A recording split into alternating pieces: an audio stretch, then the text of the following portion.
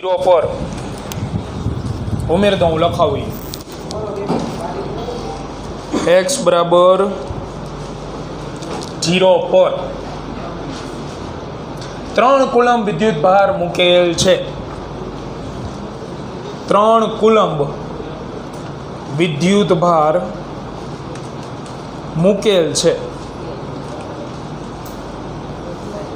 હવે MCQ solve થાય तो MCQ नंबर 12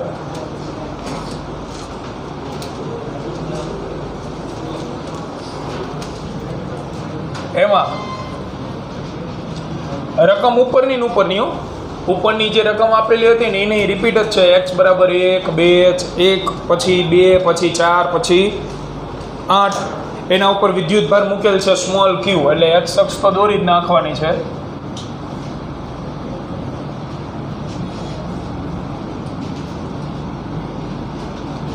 પણ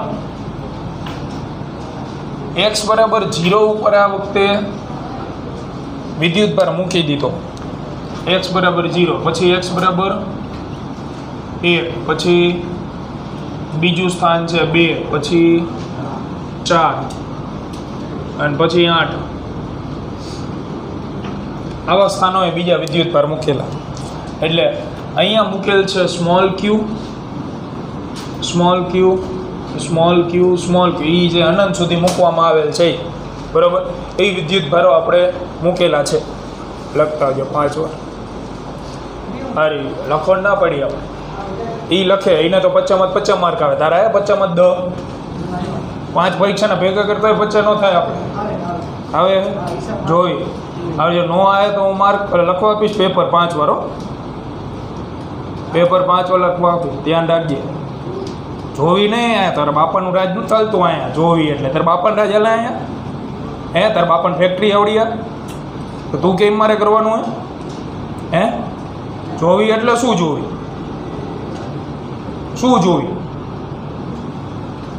શું જોવું તારે આવશે નહીં આવે કે નહીં એમ આવશે એટલે શું એટલે તું કેમ નથી કરવાનું મારે અહીંયા મૂકેલો છે 3 કુલંબ વિદ્યુત ભાર તો આના ઉપરનું આપણે કુલ બળ ગોતવાનું છે। જો એમાં કીધેલું કુલ વિદ્યુત બળ શોધો બરોબર। હવે વિચાર કરો બળ એ સદિશ રાશિ તો બળ સદિશ રાશિ હોવા પહેલું કામ શું કરવું પડે દિશા જોડેલા તો છે આવડો વિદ્યુત બળને શું કરે ધક્કો કઈ બાજુ આ સાઈડ આર્યોઈ ધક્કો આ બાજુ આર્યોઈ ધક્કો આ બાજુ તો વિદ્યુત ક્ષેત્રમાં હતું ને એની રિપીટ કુલ બળ બરાબર બધાય બળોનો સદિશ સરવાળો એટલે F1 F2 F3 F4 અને અનંત સુધી ચાલુ રહે। F1 એટલે આ બે વચ્ચે લાગતું બળ તો કે સ્મોલ q બીજો વિદ્યુત ભાર 3 અંતર બોલો બે વચ્ચેનું અંતર 1 પણ એનો શું થાય વર્ગ આ આમ જ લેવાના થાય જે ઉગમ બિંદુથી હોય પ્લસ કે સ્મોલ q બીજો વિદ્યુત ભાર 3 અંતર હવે 2 અને એનો પાછો વર્ગ પ્લસ કે સ્મોલ q 3 કુલંબ અંતર આ વખતે કેટલું 4 એનો વર્ગ અને પ્લસ અનંત સુધી કોમન શું નીકળી જાય અંશ આખો કોમન તો અંશ કોમન એટલે 3kq એ કોમન અંદર વધે એ લખો તો 1 પ્લસ 1/4 વત્તા 1/16 અને વત્તા 1 આવશે 64 એ કદાચ ન લખો તો કોઈ વાંધો નથી। આ ગઈકાલ જેવું જ થયું ને સમગુણોત્તર શ્રેણી આવતી હતી આ ઈ જ છે પાછી સમગુણોત્તર શ્રેણી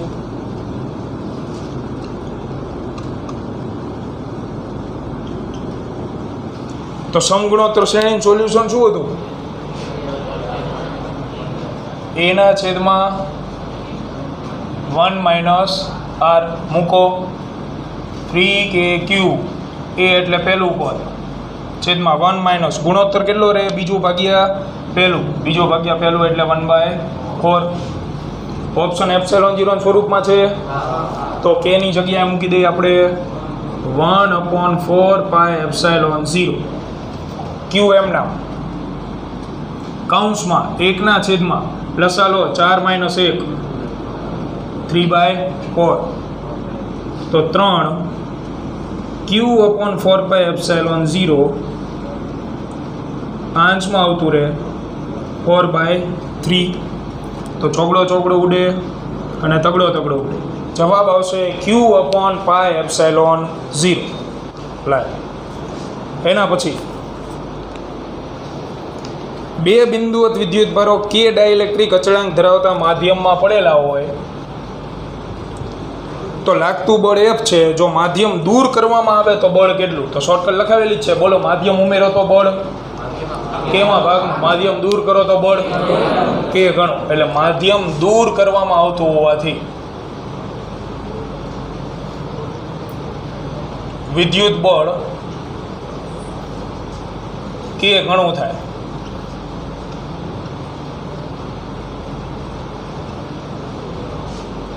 પછી 14માં શોર્ટકટ આવશે, ઓલી લખાઈ હતી FM બરાબર F છેદમાં R minus T plus T √K એવી શોર્ટકટ લખાઈ હતી ને, એ રહી આવશે. એમાં કિંમત મૂકજો એટલે જવાબ મળશે. બાકી ગણાવીએ હમણાં.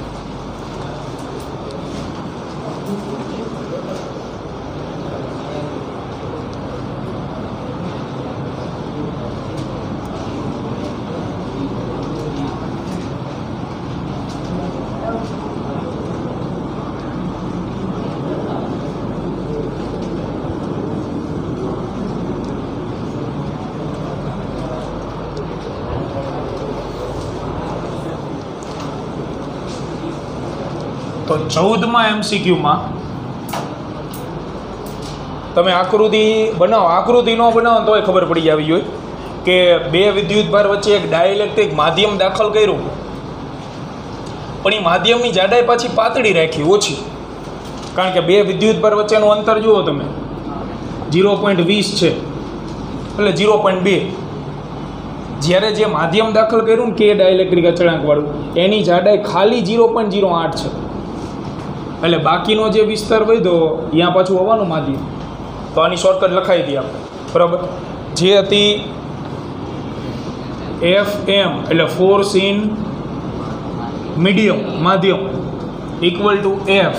તો આવડું આ બળ ક્યાં હોય? શૂન્ય અવકાશમાં છેદમાં R minus T plus T √K અને એનો વર્ગ. તો માધ્યમમાં બળ કેટલું થાય એના વિશે લખીને આપ્યું, વાંચો તો કેટલું થાય? કીધું ને અડધું થાય. છેલ્લી લાઈનમાં લખ્યું હશે બળ અડધું થઈ જાય. તો બળ અડધું થઈ ગયા તો હોવાથી, પરંતુ ફોર્સ ઇન મીડિયમ માધ્યમમાં બળ અડધું થઈ જાય છે. આવું રકમમાં આપ્યું. અડધું એટલે એ હંમેશા શૂન્ય અવકાશની સાપેક્ષે જ મહત્તમ બળ શૂન્ય અવકાશમાં જ લાગે. તો અહીંયા F/2 ઇક્વલ ટુ F કૌંસમાં R ની જગ્યાએ 0.2 માઇનસ 0.08 વત્તા 0.08 √K એનો વર્ગ. આ કેન્સલ. ચોકડી ગુણાકાર આનો વર્ગ નહોતો લખાયો ને શોર્ટકટમાં વર્ગ હતો તો એ વર્ગ કાઢી નાખજો, વર્ગ નહીં આવે લગભગ. વર્ગી કાઢી નાખ.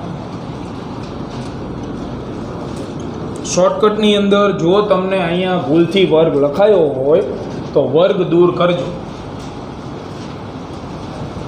કરવાનું સાદુરૂપ 1/વર્ગમૂળમાં 0.2 માઇનસ 0.08 એટલે 0.20 જ કહેવાય.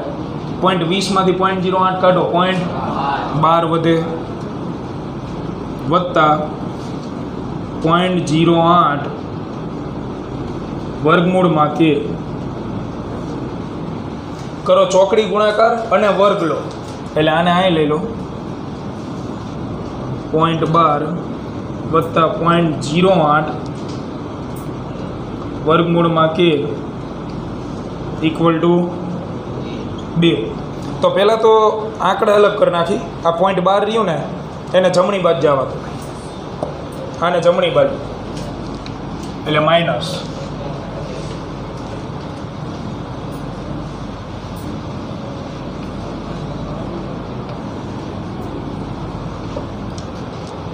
તેથી 0.08 વર્ગમૂળમાં કે ઇક્વલ ટુ 2 ઓછા 0.12. તો 2 ઓછા 0.12 કેટલું આવે? હે 1.88 અને 0.08 છેદમાં જતું રહે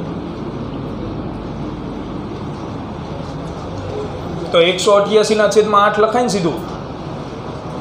એવું જ થાય ને ટૂંકમાં. ભાગ્યા 100 નીકળી જાય તો વર્ગમૂળમાં કે 188 ભાગ્યા 8 કેટલું આવે? 23.5. આ વર્ગમૂળમાં કે મળે તો કે બરાબર વર્ગ આનો 23.5 નો વર્ગ. ઓપ્શન જો તો આછા આપ્યા તો વંચાય એવા જ નથી. ઊભો રહેજો. વર્ગ જો વર્ગ આવતો હોય તો શું થાય? વિસ્તરણ ન કરાય, ગાંડા થઈએ. વિસ્તરણ ન કરાય, વર્ગમૂળ લઈ લેવાય. તો ઊભો 1 મિનિટો. જો અહીંયા વર્ગ હોય તો બે બાજુ પછી શું લેવું પડે? વર્ગમૂળ. વર્ગમૂળ લઈ લો જોઈએ એટલે વર્ગમૂળ લો તો શું થાય? 0.12 વત્તા 0.08 વર્ગમૂળમાં કે 2 નું વર્ગમૂળ 1.41 42. 0.12 આ બાદ જવા દે. 0.08 વર્ગમૂળમાં કે 1.41 42 માઇનસ 0.12. 0.12 કાઢો ભાઈ પાછળથી 1.29 વર્ગમૂળમાં કે 1.29 ભાગ્યા 0.08 કરી દો. 1.29 ભાગ્યા 0.08 રાઉન્ડ ઓફ કરીને કરી નાખે 129 ભાગ્યા 8 કેટલું આવે? 16 પોઈન્ટ આવે તોય લોચો પડે. इधर को लोचा है શેનું? આમાં કેટલો જવાબ આવે? 16 પોઈન્ટ ને.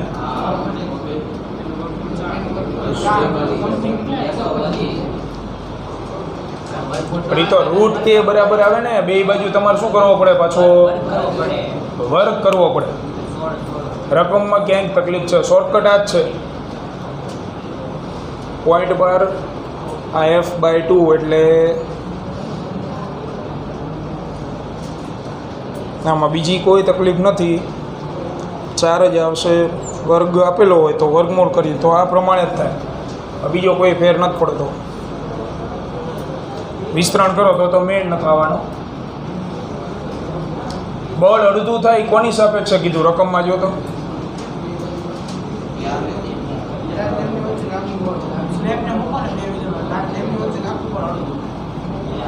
એટલે એ યાદ થવાનું.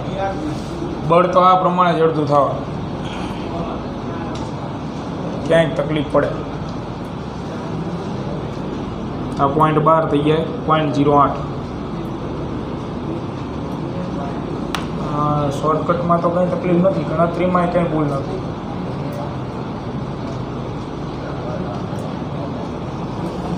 બાદ બાકી કમ્પ્લીટ આવે ને તો જવાબ ફેરવવો પડે. બીજું કંઈ આમાં ન થાય. ઓપ્શનમાંથી વર્ગ તો આવશે તો વર્ગનું મારે ચેક કરવું પડશે. વર્ગમાં જોવું પડશે ભાઈ વર્ગ આવે છે કે નથી આવતો. શોર્ટકટ તારવવી પડે.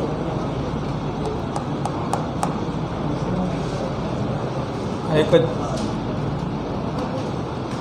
જો તમે વર્ગ કરશો હે વિસ્તરણ ન કરાય. વિસ્તરણમાં બે જગ્યાએ રૂટ કે આવી જાય. એક તો બીજા મધ્યમ પદમાં રૂટ કે આવે ને છેલ્લે પાછું કે આવે, તો એ તો તકલીફવાળો કેસ થઈ જાય. વિસ્તરણ તો કોઈ દી ન કરાય.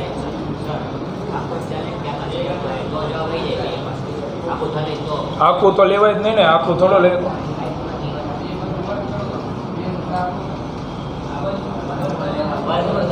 એને આ તો વર્ગ શોર્ટકટનો વર્ગ લખ્યો મેં, એટલે શોર્ટકટનો વર્ગ લખેલો, એટલે બે બાજુ વર્ગ કર્યો તો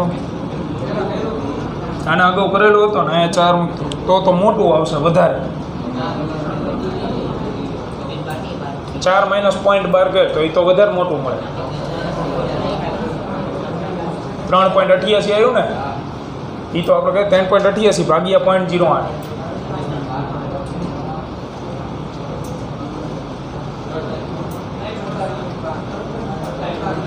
એ તો વધારે મોટું મળે. નાનું કરવાનું એમ. હા આપેલું જ ન હોય તોની વાત હતી, અહીંયા બગડો હતો. વર્ગ તો પછી કર્યો તો આપણે. વર્ગ આપેલો હોય તો વર્ગમૂળ થાય. હવે આમાં જોવું પડશે ટૂંકમાં. શોર્ટકટ તો બરોબર જ છે, શોર્ટકટ આ જ આવશે. રકમમાં ક્યાંક તકલીફ છે કે આ 0.8 આપવા 0.20 અથવા 0.08માં કંઈક તકલીફ છે આ જગ્યાએ. બાકી કમ્પ્લીટ જ છે દાખલો. એટલે તમે ગણતરી કરો ને જ્યારે, તો અત્યારે શોર્ટકટ અત્યારે આવી આ શોર્ટકટ તમારે લખવાનું થાય, આના મુજબ થાય. હવે ડેટામાં જે ચેન્જ આવતો હશે એ હું તમને કરાવી આપીશ, પછી પૂરો કરવાનો દાખલો. બાકી એમાં અત્યારે હિન્ટ તરીકે ખાલી આટલું લખી નાખવાનું છે. અત્યારે વર્ગ એમ નામ રાખજો, એટલે અત્યારે ચેકાઈ નાખ્યો હતો ને હમણાં વર્ગ, તો અત્યારે એમ નામ રાખજો. એમાં રકમની અંદર ખાલી આ ડેટામાં ક્યાંય ભૂલ છે. બાકી જવાબ આવી જાય પણ ઓપ્શનમાં કદાચ તકલીફ થાય તો, એટલે અત્યારે એને પેન્ડિંગમાં રાખી.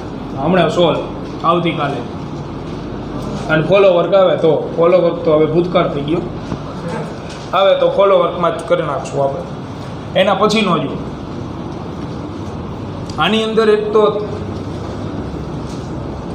પોઈન્ટવાળા જ તમને દાખલા આપશે ફરજિયાત, કારણ કે ડાયલેક્ટ્રિક અચળાંકની કિંમત મેળવવાની હોય તો એ પૂર્ણા થશે. એના પછીનો જો ફ્લક્સ વડો ના હા ફ્લક્સ એ બાજુવાળા સમઘનમાંથી વિદ્યુતભારિત તાર પસાર થાય જેની રેખીય ઘનતા લેમડા છે, સમઘન સાથે સંકળાતું મહત્તમ ફ્લક્સ. બોલો ભાઈ, મહત્તમ ફ્લક્સ કયું આવી શકે? મહત્તમ ફ્લક્સ ગોતવાનું, અને એ પણ સમઘનમાંથી પસાર થતા તાર માટે.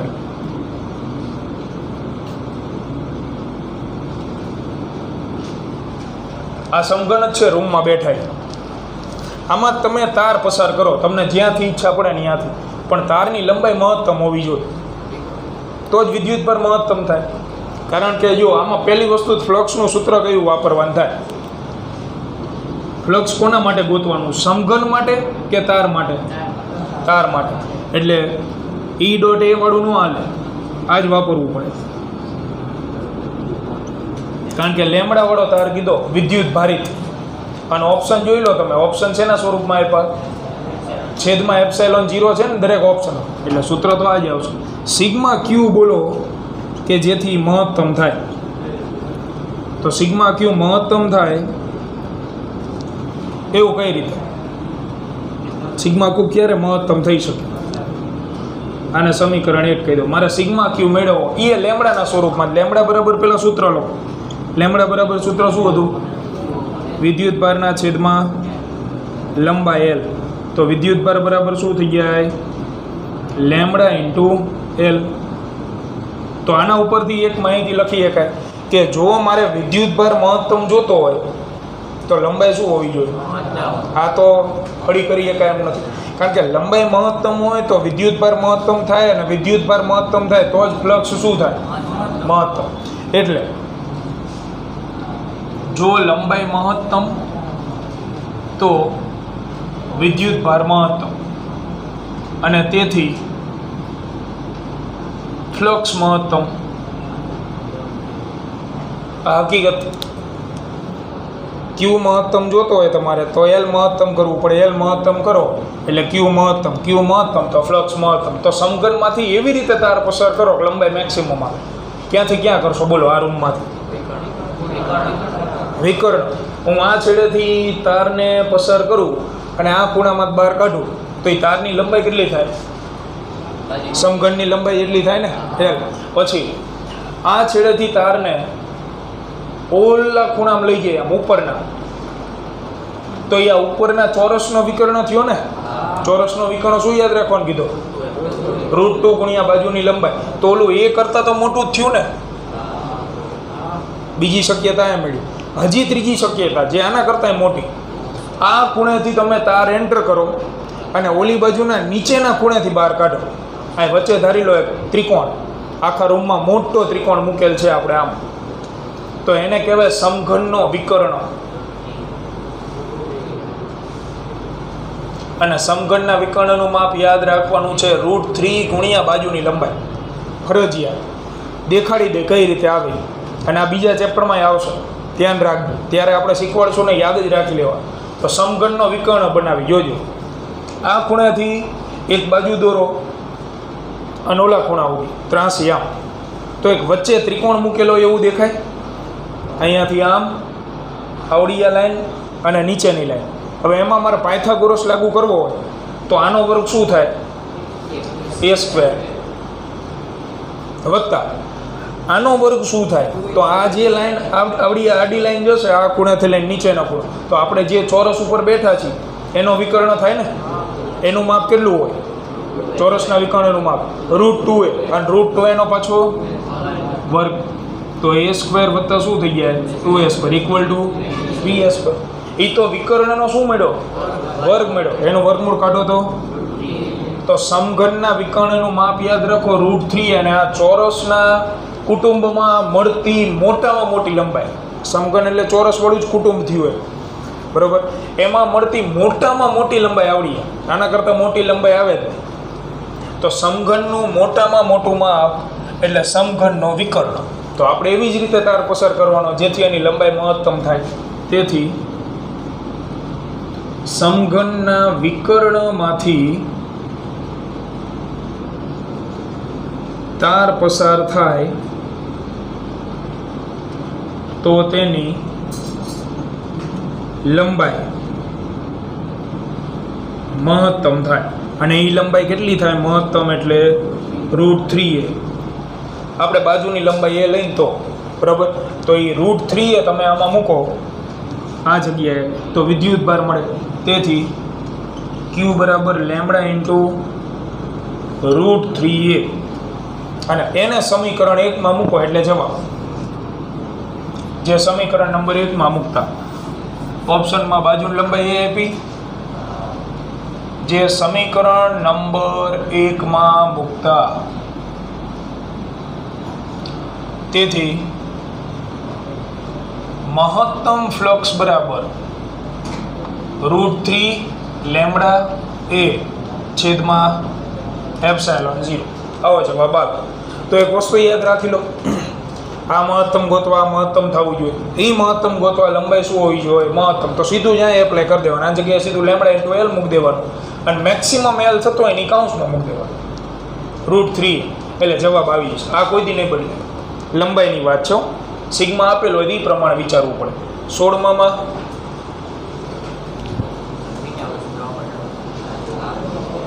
એક વિદ્યુત ભારિત વાહક તકતી, હકીકતમાં એ સમતલ આપેલું, વિદ્યુત ભારિત સમતલ આ મુજબ મૂકેલું.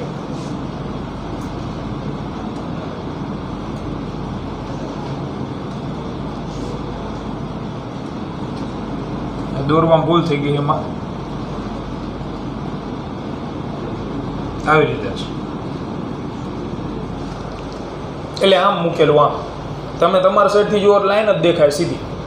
આપણે થોડુંક સમજાય એટલે આમ મૂકી દીધું 300. એની યારે શું કર્યું? થીટા કોણે એક બિંદુ છે બી, થીટા ખૂણે બી બિંદુ. તો પૃષ્ઠ વિદ્યુતભાર ઘનતા કોના સમપ્રમાણમાં હોય? પૃષ્ઠ વિદ્યુતભાર ઘનતા. તો પૃષ્ઠ વિદ્યુતભાર ઘનતા આપણે જોતી હોય, બરાબર. કઈ રીતે મળશે પૃષ્ઠ વિદ્યુતભાર ઘનતા? ઓપ્શન છે ને આપ્યા થીટાના સ્વરૂપમાં. તો મારે ફરજિયાત ફ્રી બોડી ડાયાગ્રામ બનાવવો પડે. આ બિંદુએ શક્ય એવા બળ વિચારો. વજન બળ આવે? નો આવે. અહીંયા થોડું કંઈ મૂકવું આપણે. એ તો શું છે, માત્ર પોઈન્ટ આપેલો તમને કે આ બિંદુએ તમારે પૃષ્ઠ વિદ્યુતભાર ઘનતા જોતી થાય. વજન બળ ન આવે, તણાવ બળ આવે. આ દોરી છે ને તો એ તણાવ બળ આવશે અને એના બે ઘટક મળશે આપણને. આ તણાવ બળ, આના બે ઘટક, એક આ બાજુનો, એક આ સાઈડનો. ઉપરવાળો ઘટક કયો થાય? કોસ. જો ઝેડ બને, આ સીધી લાઈન જ છે હો, એટલે અહીંયા આવે ટી કોસ થીટા અને ટી સાઇન થીટા. એ સિવાય વિદ્યુત બળ, તો વિદ્યુત બળ આપણે વિચારવાનું થાય. તો વિદ્યુત બળ કઈ બાજુ આવશે? એમાં કીધું વિદ્યુત ભારિત દળો, તો પછી વજન બળ મૂકી દેવાનું. અહીંયા વિદ્યુત ભારિત કીધો ને, તો સ્મોલ ક્યુ લખી નાખી તો હારા મારું. કદાચ ન આપેલું હોત તો વધારે ખરાબ પરિસ્થિતિ મળે, કારણ કે તો પછી બીજો કંઈક આપણે વિચાર કરવો પડે. અહીંયા હવે સ્મોલ ક્યુ આપી દીધું, વિદ્યુત ભારિત દળો, તો વજન બળ લાગશે. તો વજન બળ દોર દઈ નીચે. બોલો વિદ્યુત બળ ક્યાં લાગે? પૃષ્ઠ તરફ કે પૃષ્ઠથી દૂર? પૃષ્ઠ કેવું આપ્યું? ધન ભારિત. આ દડો કેવો છે? ધન ભારિત. સ્મોલ ક્યુ આપ્યો ને, ધન ભારિત જ છે. તો બે વચ્ચે આકર્ષણ કે અપાકર્ષણ? વિદ્યુત ભારિત કીધું હોય અને જો ધન વિદ્યુત ભાર ન કે તો ઋણ વિદ્યુત ભાર ન કે તો ફરજિયાત શું લઈ લેવાનો? ધન વિદ્યુત ભારિત. ઉલ્લેખ ન કરે ને તો આવશે આ બાજુ. એ સમજાય દે આપણે. હવે દડો સંતુલનમાં ક્યારે હોય? વિદ્યુત બળ આ બાજુ લાગે ત્યારે કે આ બાજુ લાગે તો? જો આ બાજુ લાગતો તો દડો અહીં ઊભો રહે, ક્યાં દોડવા માંડે? પૃષ્ઠ તરફ. તો વિચારો આ મુજબ આપેલ છે. આ વિદ્યુત ભારિત સમતલ, આમ જે ધન વિદ્યુત ભારિત છે. અહીંયાથી દોરી બાંધી દીધી અને આ બોલપેનના ઢાંકણા ઉપર આપણે વિદ્યુત ભારિત દડો મૂક્યો અને એ તોય સ્થિર રહે, હકીકતમાં રહે જ નહીં હો. તમે આમ ત્રાસી દોરી રાખો અને દડો લટકાવો તો એ શું થાય? આવી હા, પણ વિદ્યુત ભારિત છે એટલે દડો વિદ્યુત ભારિત અને આવડું હોય ધન વિદ્યુત ભારિત, તો બે વચ્ચે અપાકર્ષણ થતું હોય તો જ નજીકનો આવતો હોય ને, બરાબર. એટલે આપણે આનો વિદ્યુત ભાર કેવો લેવો પડે? ધન.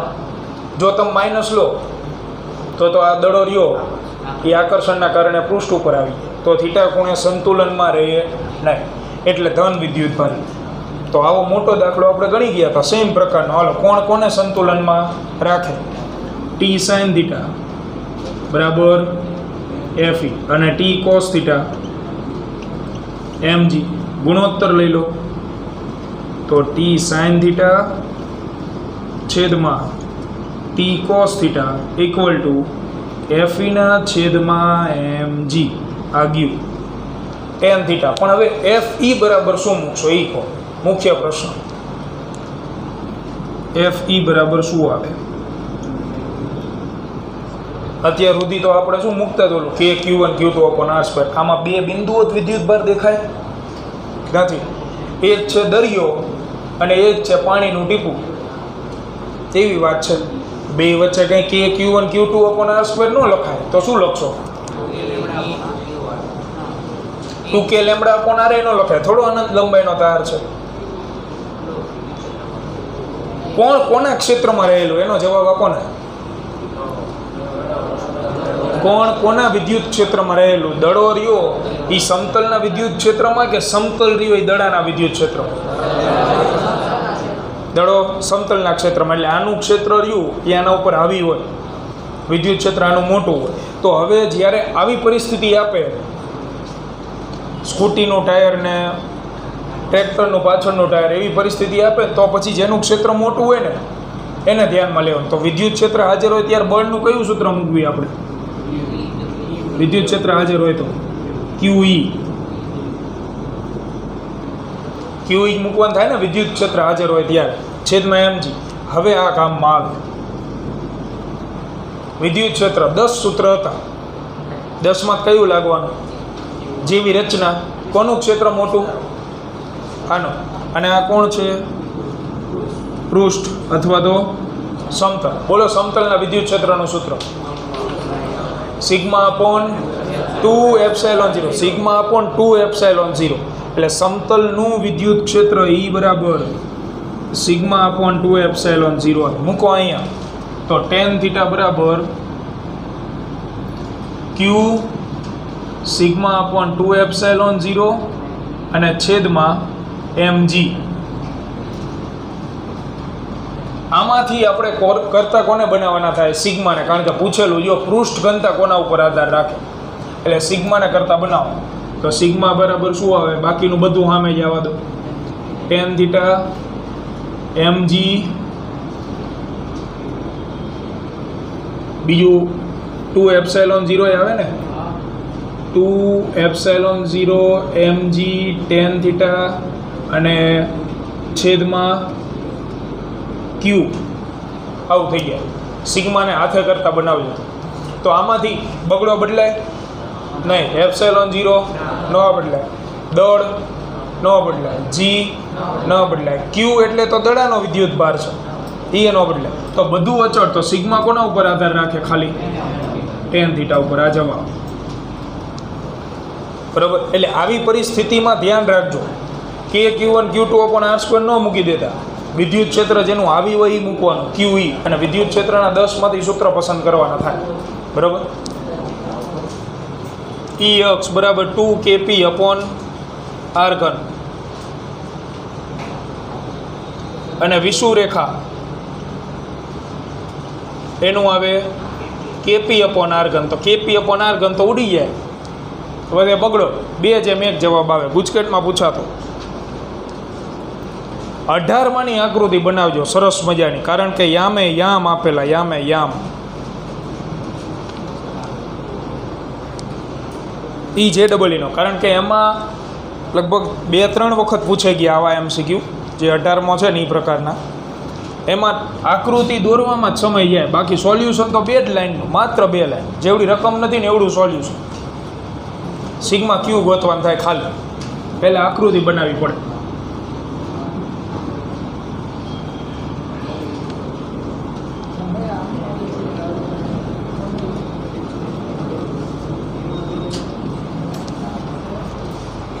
યામની પસંદગી કઈ લેશું? XY માં એમ નહીં, સમતલ તકતી આપી તમને, XY સમતલ જ આપ્યું. 18માની અંદર અક્ષ તો X ને Y જ આપી. આ X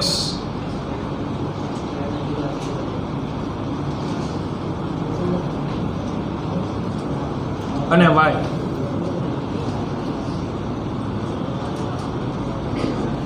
અક્ષ તો 2 જ લેવાની, પણ યામને જે ઓલું સ્કેલ કે ને, સ્કેલ A/2 લેવું, A/4 લેવું, શું લેવાય? રકમ વાંચીને કહો તો જણાવજો. રકમમાં તમને યામ આપેલા અલગ અલગ પદાર્થોના, તો એમાં જુઓ તો શેના પૂર્ણાંકમાં છે. નાનામાં નાનો યામ શું છે? A/4 જ છે ને. હા, તો પછી 4ના ગુણાંકમાં લેવાય બધું, એટલે આમ કરાય. આ 0 આવડું, આ A/4 આવડું, આ 2A/4 આવડું, આ 3A/4, અને મોટામાં મોટું માપ A છે એટલે ત્યાં સુધી લખવાનું 4A/4. આ બાજુ લખવા હોય તો બધે માઇનસ, -A/4, -2A/4, -3A/4 અને -4A/4. એવી જ રીતે આ ધન y છે તો ધન yમાં A/4, 2A/4, 3A/4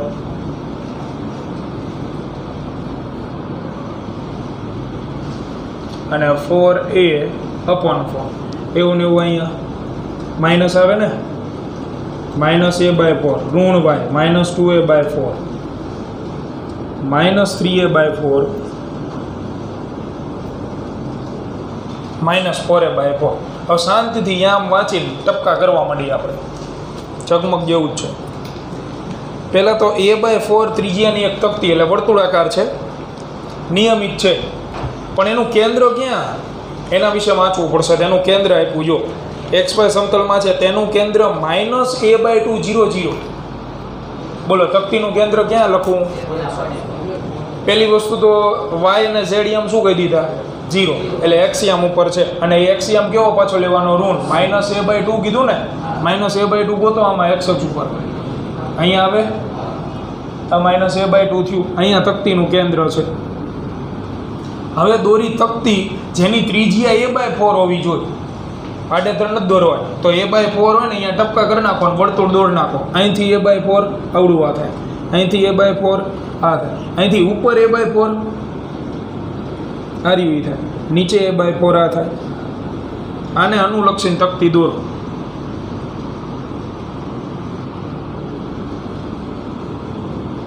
આવી તકતી આપેલી છે આ આકાર આપી દીધો આપણને ચાલો બરાબર બીજા આકારની વાત કરો બીજું શું આપ્યું છે તકતી સિવાય આ તકતી ઉપર કેટલો વિદ્યુત ભાર છે 6 કુલમ લખતું જ જવાનું 6 કુલમ છે આખી તકતી ઉપર 8 કુલમ નિયમિત વિદ્યુત ભાર ધરાવતો એ લંબાઈનો તાર હવે એ લંબાઈનો તાર તો અહીંયા હોઈ શકે અહીંયા હોઈ શકે અહીંયા હોય ને અહીંયા હોય ક્યાં મૂકેલો છે તો એમાં એમને x અક્ષ ઉપર મૂકેલો છે જેનો પહેલો પોઈન્ટ x બરાબર a/4 ઉપર એટલે ધન x દિશા મૂક્યો તાર જેનો પહેલો છેડો ક્યાં છે a/4 અહીંયા અને બીજો છેડો 5a/4 તો હજી આગળ આવશે ને 5a/4 એટલે અહીંયાથી તાર દોરવાનું ચાલુ કરો અને એ તાર છે મૂકેલો છે અહીંયા સુધી આ તાર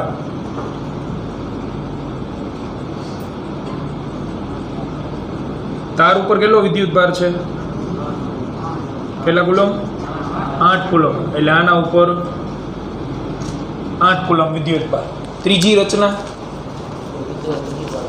બે બિંદુવત વિદ્યુત ભાર વાહ જો બિંદુવત વિદ્યુત ભાર -7 કુલમના અહીંયા આપ્યા જુઓ તો કયા આપ્યા a/4 હાલો a/4 ઉપર પહોંચી જાઓ બધા એક્સિયમ ઉપર a/4 એટલે આવડું આ y શું આપ્યો -a/4 એટલે નીચે તો આ બેને ભેગા કરીને બિંદુ ગણિત આ ભેગા કરીને બિંદુ એટલે અહીંયા આવે ને અહીંયા કેટલો વિદ્યુત ભાર રહેલો છે -7 કુલમ પછી બીજાના સાહેબ આપેલા છે -3a/4 હલો એક્સિયમ ઉપર -3a/4 ઉપર જતા રહો અહીંયા અને વાયમ ઉપર +3a/4 એટલે અહીંયા આ બેન ભેગા કરો આનું અહીંયા કંઈક આશરે થાય અહીંયા કેટલા કુલમ મૂક્યો છે 3 કુલમ બરાબર યામ એવું લાગે તો યામ લખવાની જરૂર નહીં ને ખબર પડશે ને આ યામ છે -a/4 અને 0 આનું 3a/4 -3a/4 0 હવે મેઇન આકાર હવે આવ્યો કે જેની આરેનું ફ્લક્સ ગોતવાનું જો સમઘન દોરવાનો છે જેમાં ઝેડિયમ આપણે ધ્યાનમાં નહીં લઈ કારણ કે ઝેડ અક્ષ ઉપર કંઈ છે જ નહીં ઝેડ અક્ષમથી દોરવી હોય ક્યાં આમાં દોરાતી નથી ક્યાં દોરવી પડે બહાર તો એ તો આવવાનું નથી તો આપણે એક્સ ને વાય એક સમઘનની સપાટી હાલો સમઘન દોરી સમઘન નથી દોરી એકવાના આમાં એટલે આપણે દોરશું ચોરસ જેની સપાટી આપણે દોરી કઈ આપી પ્લસ ઓર માઇનસ બધું a/2 હાલો a/2 આવી એક અહીંયા બીજું આ જગ્યાએ ત્રીજું આ જગ્યાએ ચોથું આને જોડતો હોય એવું ચોરસ બનાવો એટલે સમઘન જ તે રૂપમાં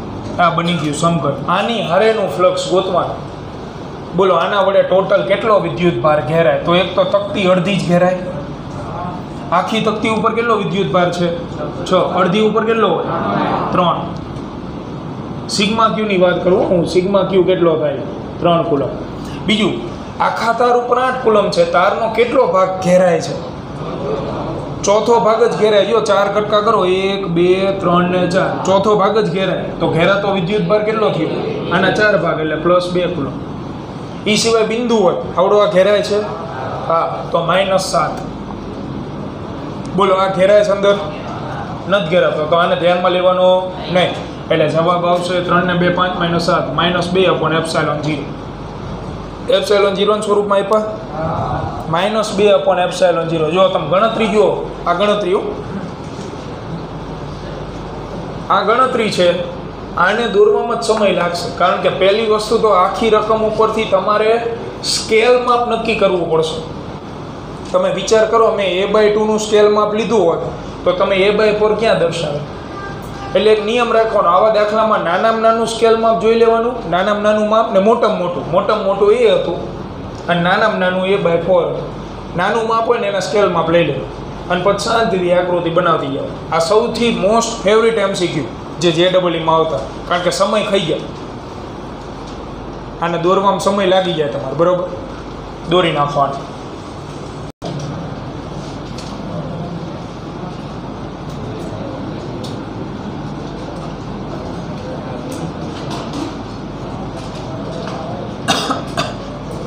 ત્રણ કુલમ +2 કુલમ -7 કુલમ તો -2 કુલમ